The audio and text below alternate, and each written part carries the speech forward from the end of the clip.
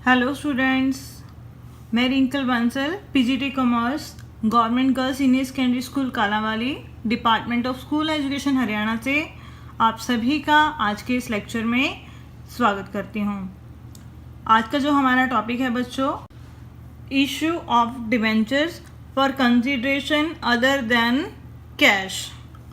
बच्चों, इसे हिंदी में कहते हैं रोकड़ के अतिरिक्त किसी अन्य प्रतिफल के बदले में ऋण पत्रों का निर्गमन करना। अब कैश के अलावा कंपनी जो है डिबेंचर्स इशू करती है, मीन कैश के अलावा कंपनी को ज़रूरत पड़ती है डिबेंचर्स इशू करने की। तो वो कौन सा केस है जब कंपनी को कैश के अलावा डिबेंचर्स इशू करने की ज़रूरत पड़ती है? ये सपोज करो बच्चों, ये है एक कंपनी ए लिमिटेड और ये है हमारे पास एक कंपनी बी लिमिटेड। ठीक है बच्चों, जो ए लिमिटेड कंपनी है वो बी लिमिटेड कंपनी का जो बिजनेस है वो ले रही है। मीन्स बी लिमिटेड कंपनी की जो एसेट्स हैं, जो लाइबिलिटीज़ हैं, वो ये टेक ओवर कर रही है ए लिमिटेड। अब जो ए लिमिटेड कंपनी है जो बी लिमिटेड कंपनी का बिजनेस खरीद रही है, उसे हम क्या कहेंगे? परचेजिंग कंपनी, या इसे कहेंगे क्रेता कंपनी, जो किसी अन्य कंपनी का बिजनेस खरीदती है। और जो कंपनी अपना बिजनेस किसी और कंपनी को बेच रही है उसे क्या कहा जाता है बच्चों? वेंडर कंपनी या विक्रेता कंपनी, क्योंकि इसने अपना सारा बिजनेस है किसी और कंपनी को बेच दिया। अब बी लिमिटेड कहती है कि हमने अपना जो बिजनेस है वो आपको दे दिया है, उसके बदले में आप हमें क्या पेमेंट करोगे? ए लिमिटेड कंपनी कहती है कि मेरे पास कैश तो है नहीं आपको पे करने के लिए। ठीक है, तो ए लिमिटेड कंपनी कहती है कि मैं आपको अपनी कंपनी के डिबेंचर्स दे सकती हूँ अगर आप हमारी कंपनी के डिबेंचर्स लेना चाहो तो बी कंपनी जो है वो एग्री हो जाती है, हाँ कि ठीक है आप हमें डिबेंचर्स दे दोगे अपनी कंपनी के, तो हमें इसके ऊपर इंटरेस्ट भी मिलता रहेगा टाइम टू टाइम, और 5 सालों बाद आप हमें पेमेंट भी कर दोगे। और जितनी अमाउंट ए लिमिटेड ने बी लिमिटेड को देनी है, जो उसका बिजनेस टेक ओवर किया है ए कंपनी ने, तो उसके बदले में जो पेमेंट करनी है ए लिमिटेड कंपनी ने बी लिमिटेड कंपनी को, उसे क्या कहा जाता है बच्चों? परचेज कंसीडरेशन, जिसे हम हिंदी में कहते हैं क्रय प्रतिफल। जो भी हमने उनकी एसेट्स और लाइबिलिटीज़ टेक ओवर की है और जिसके लिए हम उनको डिबेंचर्स इशू कर रहे हैं। तो यहाँ पर जो कंपनी है ए कंपनी, वो डिबेंचर्स इशू कर रही है बी कंपनी को, किसके बदले में? परचेज कंसीडरेशन के बदले में। मीन्स यहाँ पर ए लिमिटेड के पास कैश नहीं आया, क्या आया है? एसेट्स और लाइबिलिटीज़ बी कंपनी की। तो आपको क्लियर हो गया कि परचेज कंसीडरेशन क्या होता है, परचेजिंग कंपनी क्या होती है और वेंडिंग कंपनी क्या होती है। तो बच्चों, अब हम जर्नल एंट्री सीखेंगे कि जो परचेजिंग कंपनी है वो किसी और कंपनी का जब बिजनेस परचेज करती है तो क्या जर्नल एंट्रीज रिकॉर्ड की जाती हैं, और जो डिबेंचर्स कंपनी इशू करती है वेंडर कंपनी को, तो उसकी क्या जर्नल एंट्रीज पास की जाती हैं। फर्स्ट एंट्री है हमारे पास assets purchase by the purchasing company. अगर परचेजिंग कंपनी ने वेंडर कंपनी से एसेट्स खरीदी हैं तो परचेजिंग कंपनी क्या जर्नल एंट्री पास करेगी अपनी बुक्स में? उसके पास एसेट्स आ गई, एसेट्स अकाउंट क्या कर देगी? वो डेबिट, और उसने वेंडर कंपनी को अभी पैसे देने हैं, तो वेंडर कंपनी हमारी क्या बन गई? Creditor to vendor account. यहाँ पर कौन सा रूल अप्लाई हो गया? Debit what comes in and credit the giver. Suppose बच्चों, अगर परचेजिंग कंपनी ने अकेली एसेट्स की बजाय उनकी लाइबिलिटीज़ भी साथ में टेक ओवर की होती तो क्या जर्नल एंट्री पास करती? एसेट्स तो आई ही हैं, साथ में लाइबिलिटीज़ भी आई हैं, तो यहाँ पर फिर हमारे पास क्या होगा? क्रेडिटर्स या जो भी हमारे पास लाइबिलिटी होगी वो क्या हो जाएगी, हमारे पास यहाँ पर क्रेडिट हो जाएगी। और एसेट्स में से लाइबिलिटीज़ माइनस करने के बाद जो पेमेंट होगी वो वेंडर कंपनी के नेम से क्या हो जाएगी, क्रेडिट हो जाएगी। सेकंड है, अब परचेजिंग कंपनी ने डिवेंचर्स इशू किए हैं किसको, वेंडर कंपनी को। कैसे, इशू एट पार, मीन्स 100 रुपये का डिवेंचर उसने 100 रुपये में ही उसको दे दिया। तो यहाँ पर क्या होगा, वेंडर को हम अब पेमेंट कर रहे हैं किस फॉर्म में, डिवेंचर्स की फॉर्म में। तो वेंडर अकाउंट क्या हो गया, यहाँ पर डेबिट हो गया और हमने डिवेंचर्स इशू कर दिए हैं एट पार पर टू डिवेंचर्स अकाउंट। ठीक है बच्चों, तो ये जर्नल एंट्री होगी जब हमने एट पार पर डिवेंचर्स इशू किए हैं। थर्ड है, issue of debentures to the vendor company at premium. यहाँ पर हम डिवेंचर सिक्योरिटी प्रीमियम पर इशू कर रहे हैं, तो जर्नल एंट्री क्या होगी, vendor account debit to debentures account, debentures हमने इशू कर दिए और डिवेंचर्स के साथ साथ क्या मिल रहा है कंपनी को, प्रीमियम। तो फिर सिक्योरिटी प्रीमियम भी क्या होगा, यहाँ पर क्रेडिट हो जाएगा टू सिक्योरिटीज प्रीमियम अकाउंट। ठीक है बच्चों, प्रीमियम पर डिवेंचर्स इशू कर दिए हैं।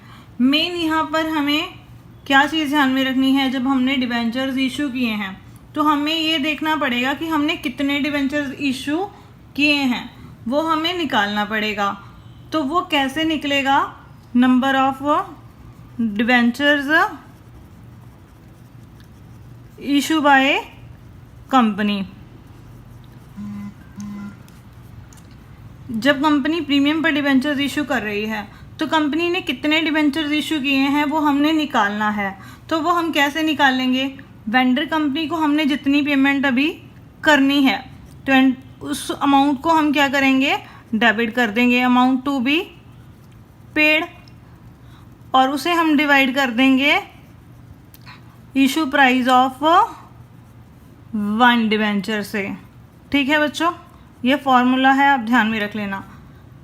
प्रीमियम पर यहाँ पर हम इशू कर रहे हैं, तो मान लीजिए अगर 100 रुपये का डिवेंचर है और हमने 20 रुपये प्रीमियम पर इशू किया है, तो यहाँ पर हम इशू प्राइस कितना डालेंगे, 100 + 20 120, और ऊपर अमाउंट कौन सी आएगी, जितनी हमने अभी वेंडर को पे करनी है उसे हम इशू प्राइस से डिवाइड कर देंगे, तो वो हमारे क्या निकल जाएंगे, नंबर ऑफ डिवेंचर्स इशूड।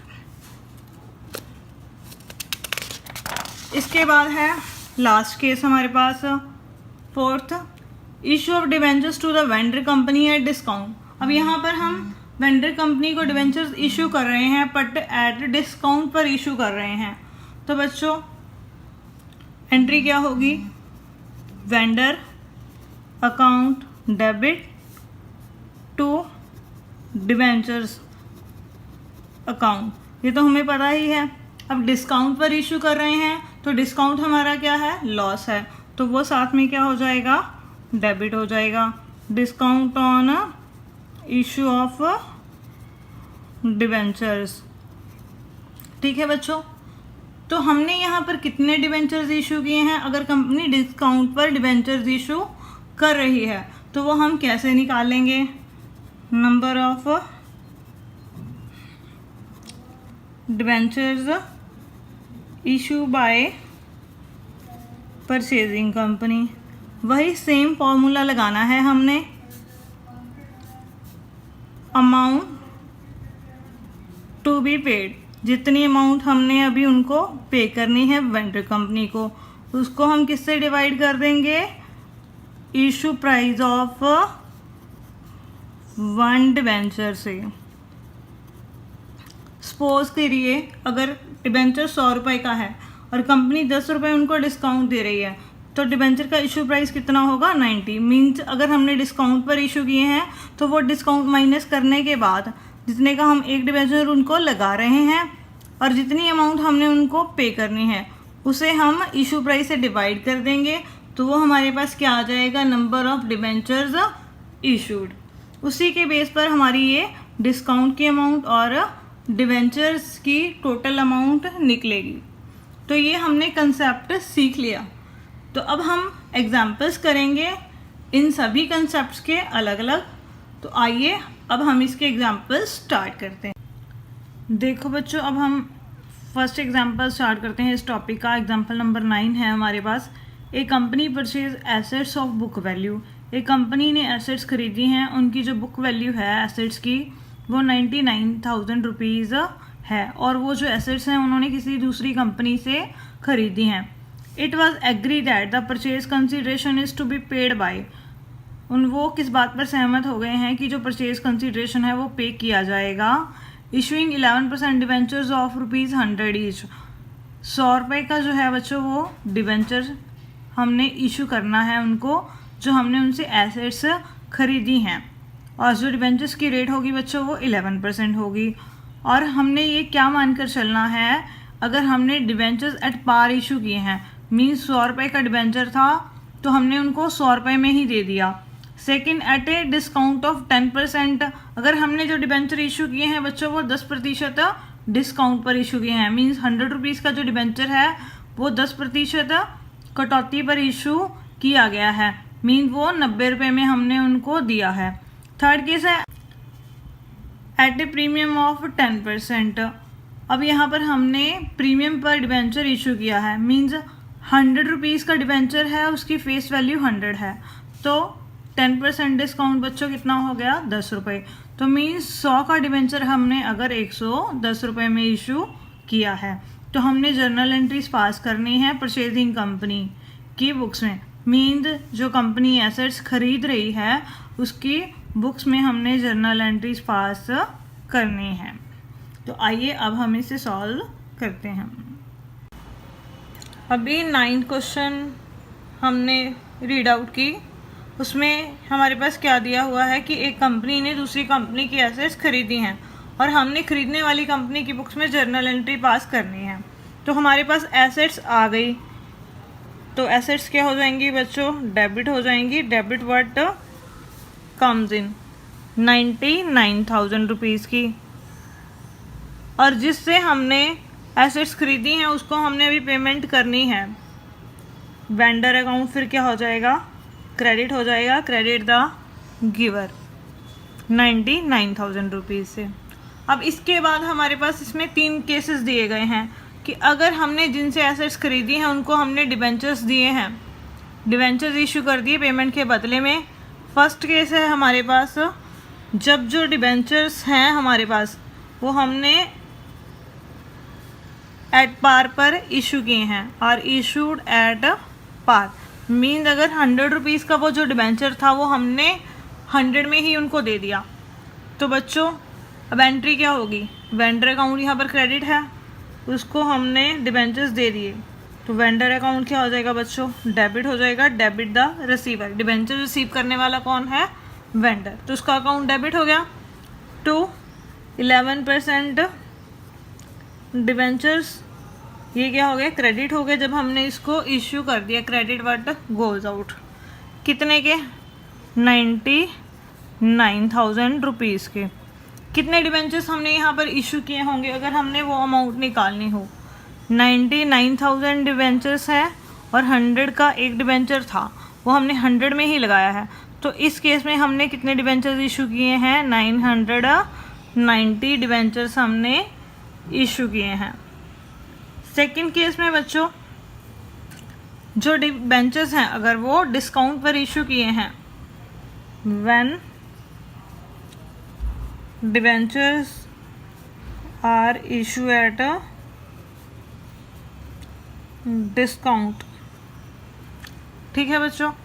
तो वेंडर अकाउंट तो डेबिट होगा ही होगा, हमने उसको पेमेंट करनी है 99,000 की। सबसे पहले हम निकालें कि हमने कितने डिबेंचर्स इशू किए हैं। तो वो अमाउंट कैसे निकलती होती है, जितनी हमने पेमेंट करनी हो उसे एक डिबेंचर के इशू प्राइस से हम क्या करेंगे बच्चों, डिवाइड कर देंगे। अब एक डिबेंचर का जो बच्चों इशू प्राइस है वो कितना आएगा, अगर हम डिस्काउंट पर इशू कर रहे हैं, 100 का डिबेंचर है बच्चों, 10 रुपीज़ हमने डिस्काउंट अलाउ कर दिया, तो वो डिबेंचर कितने का रह गया, 90 रुपीज़ का।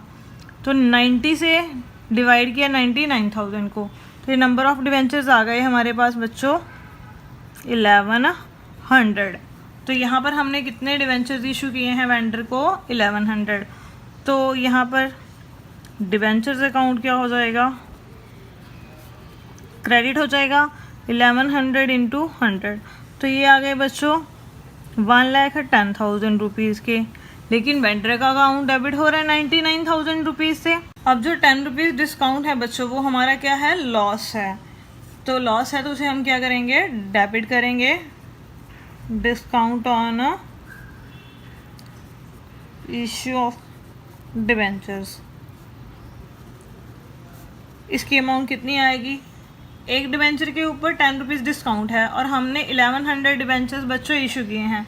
तो टोटल डिस्काउंट की अमाउंट आ जाएगी 1100 इंटू 10 मीन्स 11,000। ठीक है बच्चों, यहाँ पर हमने वेंडर को डिस्काउंट पर डिवेंचर्स इशू किए हैं। उसके बाद है हमारे पास थर्ड केस, जब हमने डिवेंचर्स इशू किए हैं वेंडर को प्रीमियम पर इशू किए हैं। अब यहाँ पर प्रीमियम पर हमने इशू करे हैं तो वेंडर का अकाउंट तो डेबिट होगा 99 से, वेंडर अकाउंट डेबिट 99,000 से, क्योंकि हमने उसको 99,000 की पेमेंट करनी है। लेकिन अब यहाँ पर हमें ये देखना पड़ेगा कि हमने उसको कितने डिवेंचर्स इशू किए हैं। 99,000 की हमने पेमेंट करनी है वेंडर को, उसको हम किससे डिवाइड करेंगे, एक डिवेंचर्स के इशू प्राइस से। अब देखो बच्चों 100 रुपीज़ का डिवेंचर था, हमने उसको 10% प्रीमियम पर वो इशू किया है, मीन्स एक डिवेंचर को उसको हमने लगाया है 110 रुपीज़ का। अब हमने उसके 99,000 रुपीज़ देने थे और एक डिवेंचर हम उसको 110 रुपये में दे रहे हैं। तो मीन्स हमने उनको कितने डिवेंचर्स इशू किए, 900 डिवेंचर्स। तो यहाँ पर 11% डिवेंचर्स अकाउंट में कितनी अमाउंट ट्रांसफ़र होगी, 900 डिवेंचर्स हैं और एक डिवेंचर 100 रुपीज़ का है, तो ये आ गया 90,000 रुपीज़ का। और जो हमने प्रीमियम लिया है उनसे 10 रुपीज़ का, वो अमाउंट कहाँ जाएगी, सिक्योरिटी प्रीमियम अकाउंट में। 900 डिवेंचर्स हैं, एक डिवेंचर का जो सिक्योरिटी प्रीमियम है बच्चों वो 10 रुपये है। तो टोटल सिक्योरिटी प्रीमियम अमाउंट कितनी आ गई है हमारे पास, 9,000 रुपीज़। मीन्स वेंडर को हमने 99,000 रुपीज़ देने थे, उसके बदले में सिर्फ उसको हमने 90,000 के डिवेंचर्स ही इशू किए हैं। तो इसी के साथ ये क्वेश्चन हमारा कंप्लीट हो गया। नेक्स्ट क्वेश्चन है बच्चों हमारे पास इसी टॉपिक का, एग्जाम्पल नंबर 10। आर लिमिटेड ने एसेट्स खरीदी हैं 5,60,000 रुपये की और साथ में क्रेडिटर्स भी लिए हैं 80,000 रुपये के।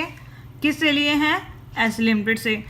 और जो आर लिमिटेड है उसने जो एस लिमिटेड से एसेट्स खरीदी हैं 5,60,000 रुपये की और जो उसके 80,000 क्रेडिटर्स लिए हैं, तो उनका जो परचेज कंसीडरेशन बनेगा, जो उनकी एसेट्स हमने खरीदी हैं उनको भुगतान किस प्रकार से किया जाएगा।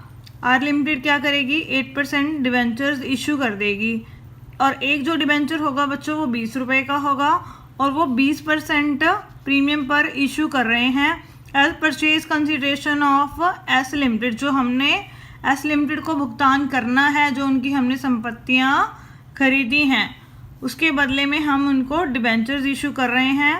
एक डिवेंचर 20 रुपये का है और 20% प्रीमियम पे इशू कर रहे हैं, मीन्स 20 रुपये का अगर हम 20% करेंगे तो कितना आ जाएगा, 4 रुपीज़ आ जाएगा। मीन्स 20 का डिवेंचर हम उनको 24 रुपये में इशू करेंगे। Calculate the amount of purchase consideration. हमने परचेज कंसीडरेशन की यहाँ पर सबसे पहले अमाउंट निकालनी है कि हमने उनको कितनी अमाउंट पे करनी है जो हमने उनकी एसेट्स खरीदी हैं। Second, number of debentures issue by R limited.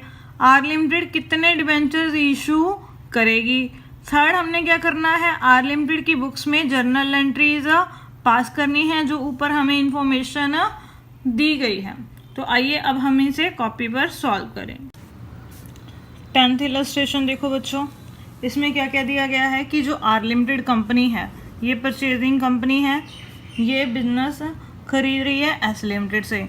उसने एसेट्स भी खरीदी हैं और उनकी लाइबिलिटीज़ भी टेक ओवर की हैं उनके क्रेडिटर्स। एसेट्स जो हैं बच्चों वो 5,60,000 रुपये की हैं और जो क्रेडिटर्स हैं बच्चों वो 80,000 रुपये के हैं। तो आर लिमिटेड ने एस लिमिटेड को कितनी अमाउंट पे करनी है वो कैसे निकलेगी? जितनी हमने उनकी एसेट्स खरीदी हैं उसमें से जो लाइबिलिटीज़ है वो माइनस कर देंगे, तो वो क्या निकल जाएगा उनका परचेज कंसीडरेशन, वो अमाउंट जो हमने एस लिमिटेड को पे करनी है। तो ये कितनी आ गई? 4,80,000। और हमने अब यहाँ पर आर लिमिटेड की बुक्स में जर्नल एंट्रीज पास करनी है। सबसे पहले हमने एसेट्स खरीदी हैं 5,60,000 की, तो एसेट्स आ गई। एसेट्स अकाउंट यहाँ पर हमारे पास क्या हो गया? डेबिट हो गया। कितने से? 5,60,000 रुपीज़ से। और लाइबिलिटीज़ भी हैं, मीन्स हमारे पास हैं उनके क्रेडिटर्स। टू क्रेडिटर्स अकाउंट 80,000 रुपये। और जो ये पेमेंट अभी हमने उनको करनी है वो किसके नाम से आ जाएगी? टू एस लिमिटेड, 4,80,000 रुपये से। ठीक है बच्चों। इसके बाद आर लिमिटेड ने क्या किया? डिबेंचर्स इशू कर दिए एस लिमिटेड को, जो हमने उनकी अमाउंट पे करनी है। अब यहाँ पर हम निकालेंगे कि कितने डिबेंचर्स आर लिमिटेड ने इशू किए हैं।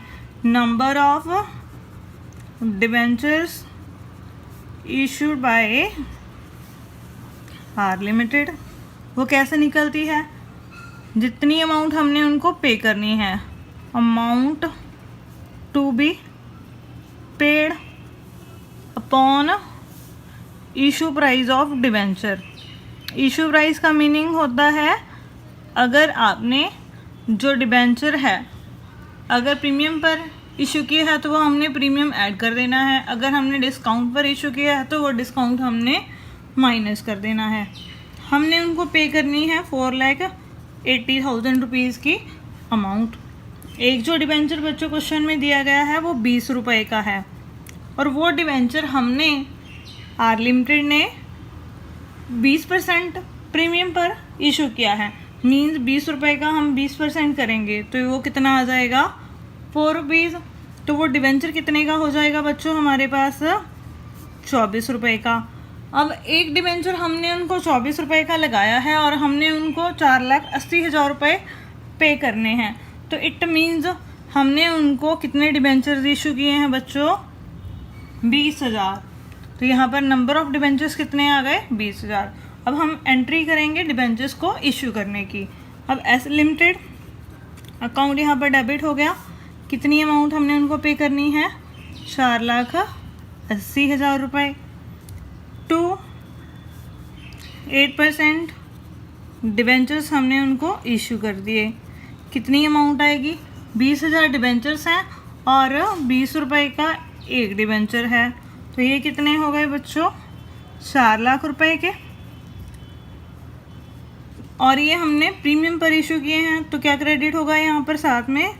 Securities premium account. 20,000 डिबेंचर्स हैं और एक डिबेंचर के ऊपर जो सिक्योरिटी प्रीमियम है बच्चों वो 4 रुपीज़ है। जो टोटल सिक्योरिटी प्रीमियम हमारे पास यहाँ पर कितना आ गया? 80,000 रुपीज़। बच्चों सिंपल सा क्वेश्चन था कि हमने बिजनेस खरीदा है दूसरी कंपनी का और उनको हमने जो डिबेंचर्स हैं वो सिक्योरिटी प्रीमियम पर इशू किए हैं। तो आपने यहाँ पर नंबर ऑफ डिबेंचर्स निकालते समय वही बात ध्यान में रखनी है कि जितनी अमाउंट हमने उनको पे करनी है उसको हमने क्या करना है? उसके इशू प्राइस से डिवाइड करना है। इशू प्राइस कैसे निकलेगा? जितनी डिबेंचर की फेस वैल्यू है उसमें हम सिक्योरिटी प्रीमियम की अमाउंट को ऐड कर देंगे, तो वो आ जाएगा उसका इशू प्राइस। तो इसी के साथ ये क्वेश्चन हमारा कंप्लीट हो गया। अब हम स्टार्ट करते हैं illustration number 14। A company purchase an establishment business for ₹4 lakh. एक कंपनी ने चलाया बिजनेस परचेज किया है, उसकी वैल्यू है 4 लाख रुपए। Payable ₹1,30,000 in cash. 4 लाख की जो उसने पेमेंट करनी है उसमें से वो 1,30,000 कैश में पे करेगी और बाकी जो बैलेंस बचेगा वो 12% डिबेंचर्स इशू करेगी और वो जो डिबेंचर होगा वो 100 रुपीज़ का होगा और उसे वो 10% डिस्काउंट पर इशू करेगी।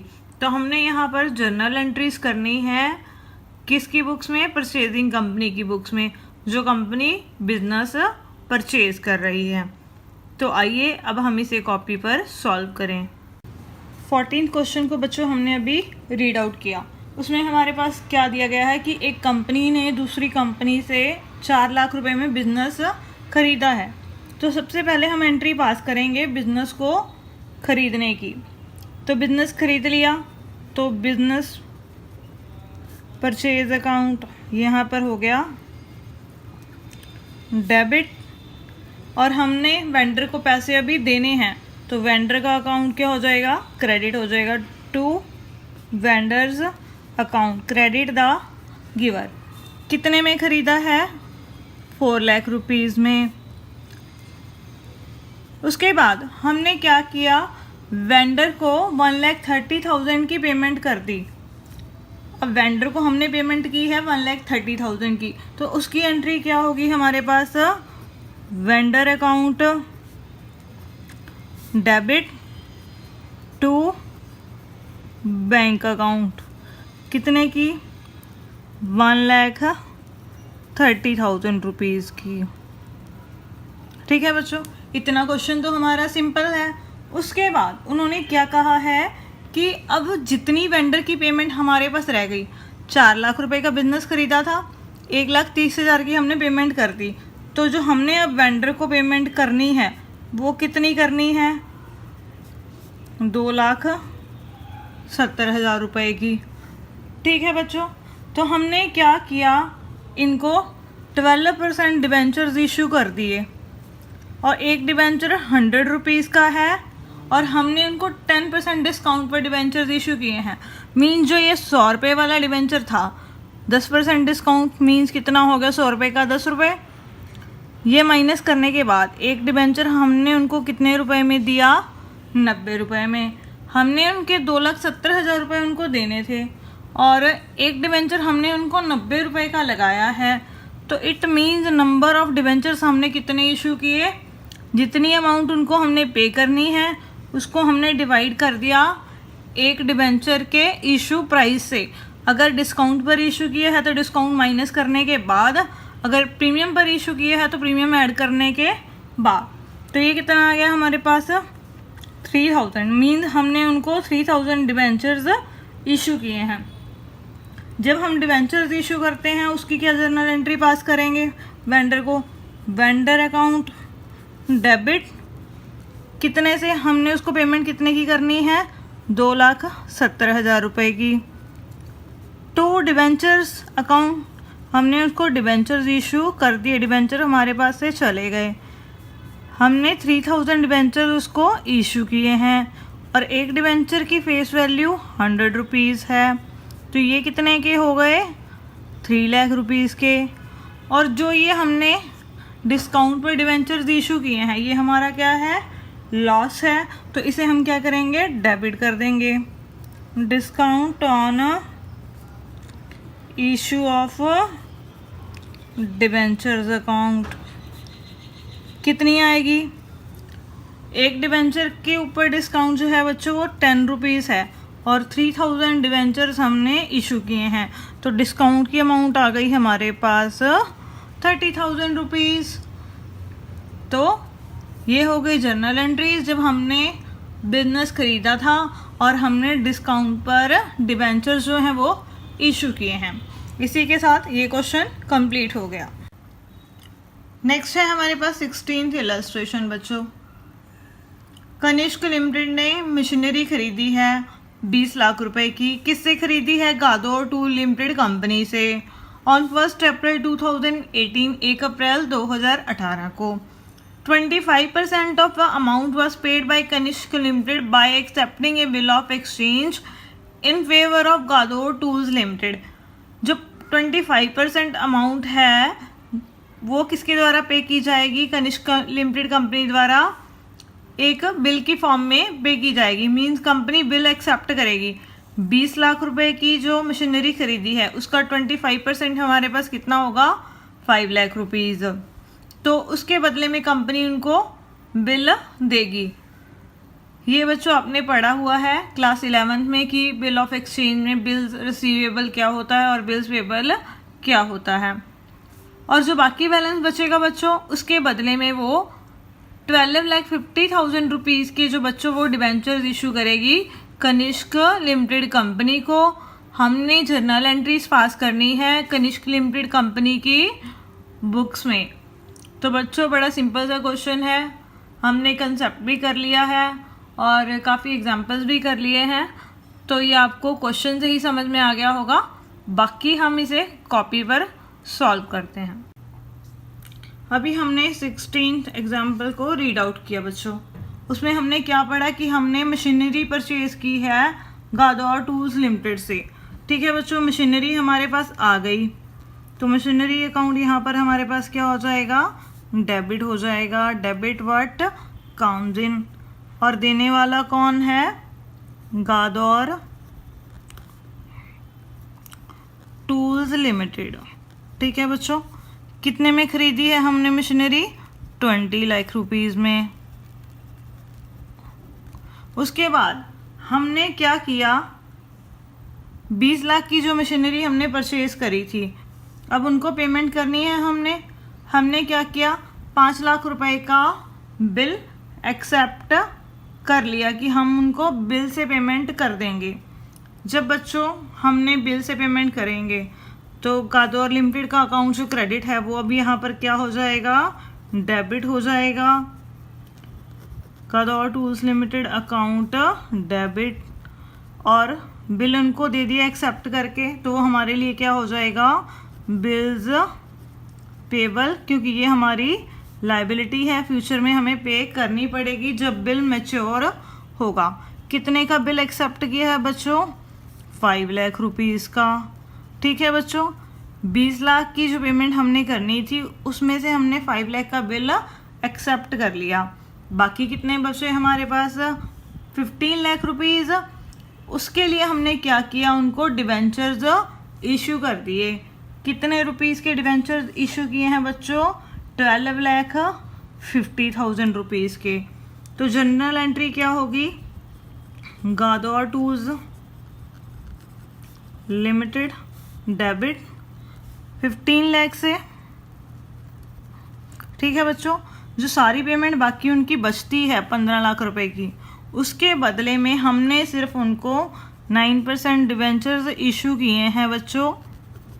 कितने रुपीज़ के, 12,50,000 रुपीज़ के।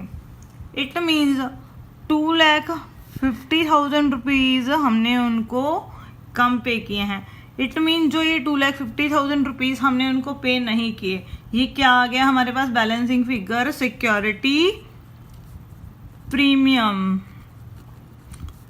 क्योंकि क्वेश्चन में मेंशन नहीं किया गया कि जो डिबेंचर्स हैं वो प्रीमियम पर इशू किए गए हैं, तो ये हमें खुद देखना पड़ेगा, क्योंकि वहाँ पर ये कहा गया है कि जो बाकी बैलेंस बचता है, बैलेंस टोटल 15 लाख बचता है हमारे पास, उसके बदले में सिर्फ 12,50,000 के ही हमने उनको डिबेंचर्स दिए हैं। इट मीन्स जो हमने उनको 2,50,000 रुपीज़ जो कम पे किया है, ये किस चीज़ का काट लिया हमने, सिक्योरिटी प्रीमियम का। तो इसी के साथ ये क्वेश्चन हमारा कंप्लीट हो गया।